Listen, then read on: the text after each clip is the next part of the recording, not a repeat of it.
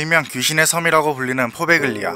지금처럼 의학이 발전하지 못했던 로마 시대에는 역병의 천걸이 잦았습니다. 때문에 늘어만 가는 전염병 환자들을 수용할 곳이 필요했고, 그곳으로 낙점된 곳이 바로 포베글리아였습니다. 흑사병이 대유행하던 당시에도 환자들을 포베글리아에 격리시키고 섬 안에서 그대로 소각했다는 기록도 존재합니다. 당시에는 환자를 제대로 검사할 키트가 전무했기에 비슷하거나 작은 증상을 보이기만 해도 바로 포베글리아로 끌려가 마지막엔 불구덩이 속에서 삶을 마감해야 했다고 합니다. 흑사병이 천걸했을 때 섬 안에서 소각된 사람의 수만 해도 16만 명에 달했다고 하는데요. 그 때문에 섬 전체가 사람들의 유골가루로 뒤덮여서 사람들이 출입하기 꺼려하는 장소가 되었습니다. 그렇게 포베글리아는 주변 주민들에게 점점 공포스러운 섬으로 자리잡고 있었는데요.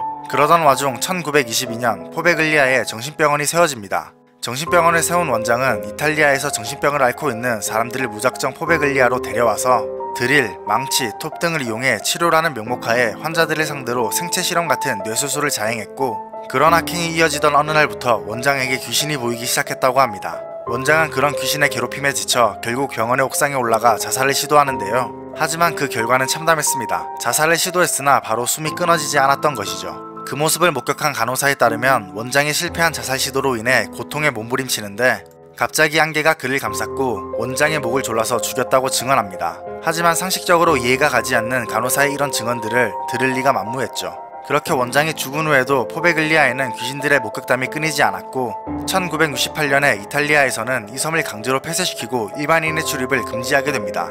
그렇게 포베글리아는 귀신의 섬이라고 불리며 일반인의 출입이 불가능한 섬이 되었습니다. 그렇다면 폐쇄 이후 단 한 명의 사람도 출입하지 못했을까요? 그건 아닙니다. 섬이 폐쇄되고 한 가족이 섬을 구입하고 싶다고 요청해 가족들에게 섬에서 하루를 지낼 수 있도록 했는데, 하지만 가족들은 하루는커녕 해가 떨어지기도 전에 섬에서 황급히 도망쳤다고 합니다.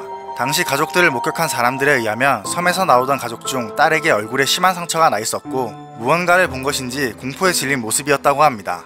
그리고 비교적 최근인 2014년 한 사업가가 99년 임대 조건으로 섬 전체를 7억 원이라는 헐값에 낙찰받았다고 합니다.